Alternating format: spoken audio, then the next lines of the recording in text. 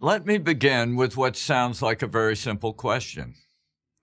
What is the most essential ingredient in wealth creation and economic growth? Almost everyone would answer money, or having a lot of natural resources. But the real answer is knowledge. It's easy to prove. What is the difference between us and a caveman?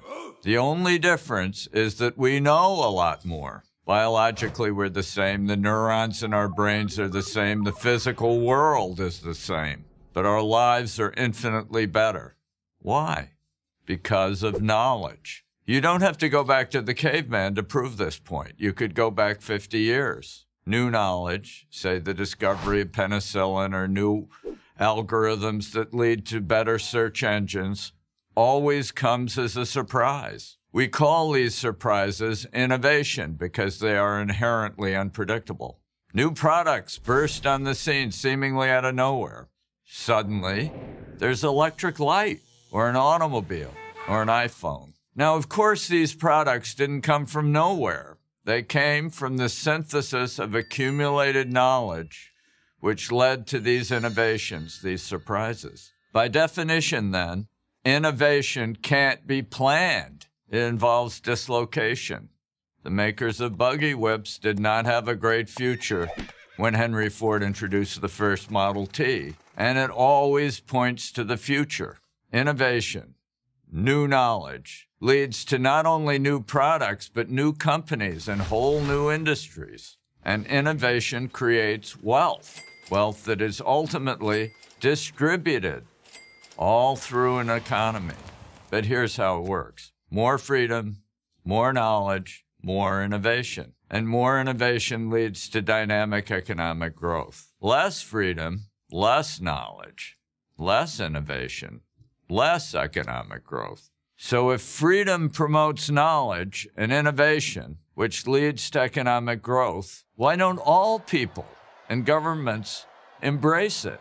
To understand that, we have to return to what I said earlier about innovation being a surprise, being unpredictable. This unpredictability makes many people uncomfortable. Their goal is to eliminate surprise. One finds this in all utopian visions, from communism to socialism, to the belief that through complex insurance packages, bankers could protect themselves from a catastrophic mortgage meltdown. In Europe, with its failing welfare states, and more in the US, we see this desire to eliminate surprise in the ever-expanding role played by government.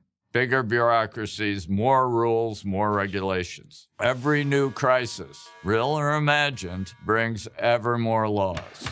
A corrupt energy conglomerate, Enron, implodes in 2001. A year later, the Sarbanes-Oxley Act is passed, adding thousands of new pages of regulations to the Federal Registry. In 2011, the 2,300-page Dodd-Frank Act is written in response to the 2008 financial crisis. It has since grown to more than 8,000 pages. Most of these new regulations simply impede freedom and therefore impede the growth and distribution of knowledge. They divert the entrepreneur's energy and resources away from innovation and toward compliance. They create uncertainty about the future, and they raise the barriers of entry for new entrepreneurs. Ironically, the ones who most benefit from all these regulations are big corporations and their teams of lawyers, lobbyists, and accountants. They're the only ones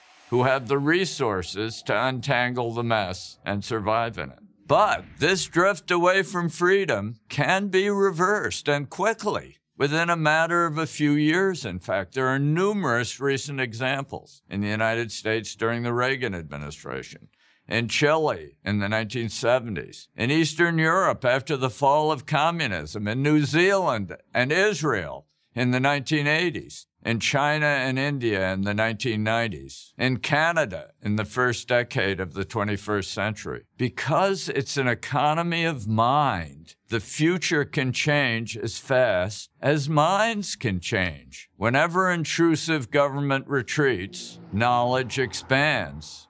and new prosperity follows. The opportunity for dynamic growth exists not only in the United States, but all over the world, if we're only courageous enough and free enough to seize it. I'm Gilder for Prager University.